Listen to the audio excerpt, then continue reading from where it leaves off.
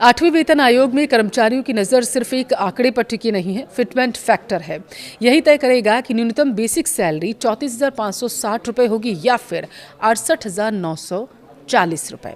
अलग अलग संगठनों ने क्या मांग रखी है, सरकार किस विकल्प पर मोहर लगा सकती है, वीडियो को लास्ट तक देखिए, विस्तार से आपको बताएंगे। नमस्कार, आपके साथ मैं पल्लवी रविंद्र सिंह।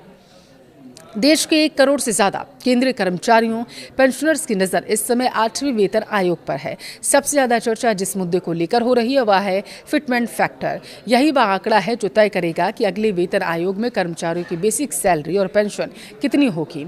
महंगाई, बढ़ती जीवन यापन लागत और कर्मचारी संगठनों की मांगों के बीच अब यह सवाल उठ रहा है कि क्या फिटमेंट फैक्टर 2.57 से बढ़कर 2.86 होगा या फिर कर्मचारी यूनियन की मांग के मुताबिक 3.0 से 4.0 तक पहुंच सकता है।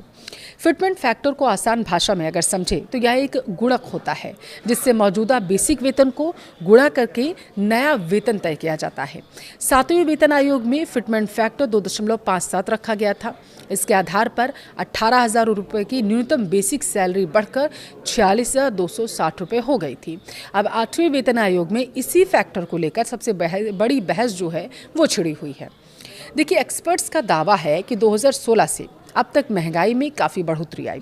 पिछले लगभग 10 सालों में उपभोक्ता मूल्य सूचकांक यानी कि CPI के आधार पर महंगाई तकरीबन 55% से ज़्यादा बढ़ चुकी है। वैसे वे कर्मचारियों का दावा है कि 2.57 फिटमेंट फैक्टर अब पर्याप्त नहीं रह गया और इसी वजह से कई कर्मचारी संगठनों ने 3.0 से लेकर 4.0 तक फिटमेंट फैक्टर की मांग कर डाली है। विभिन्न कर्मचारी संगठनों की मांग पर अगर नजर डालें तो BPMS ने 4.0 फिटमेंट फैक्टर की मांग की, जिससे न्यूनतम बेसिक सैलरी बढ़कर जो बताया जा रहा है 72,000 हो जाएगी। वहीं NCGCM स्टॉक साइट और AIDEF ने 3.833 फिटमेंट फैक्टर का प्रस्ताव दिया, जिससे न्यूनतम वेतन लगभग 69,000 रुपये हो सकता है। महाराष्ट्र ओल्ड पेंशन संगठन ने 3.8 फैक्टर की मांग की, जबकि FNPO और AITUC ने कम से कम 3.0 फिटमेंट फैक्टर लागू करने की वकालत की है। हालांकि फाइनेंशियल एक्सपर्ट्स का नजरिया थोड़ा इससे अलग है। उनका मानना है कि सरकार को कर्मचारियों की जरूरतों और सरकारी खजाने पर पड़ने वाले बोझ के बीच संतुलन बनाना बेहद जरूरी है। कई विश्लेषकों का मानना है कि 8वें वेतन आयोग में फिटमेंट फैक्टर 2.28 से 2.86 के बीच रह सकता है। अगर 2.86 फिटमेंट फैक्टर लागू होता है तो वर्तमान में 18,000 रुपये की न्यूनतम बेसिक सैलरी बढ़कर 51,480 रुपये हो जाएगी और यह वृद्धि महंगाई को देखते हुए एक संतुलित विकल्प मानी जा रही है। इस बीच 8वें वेतन आयोग की गतिविधियां भी तेज हो गई।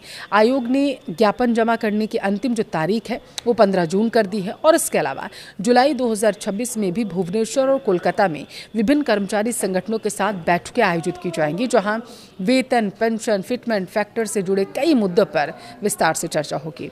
फिलहाल कोई अंतिम फैसला अभी नहीं हुआ है, लेकिन इतना तो तय है कि 8वें वेतन आयोग का फिटमेंट फैक्टर आने वाले 10 सालों तक कर्मचारियों और पेंशनर्स की आय को प्रभावित करने वाला है।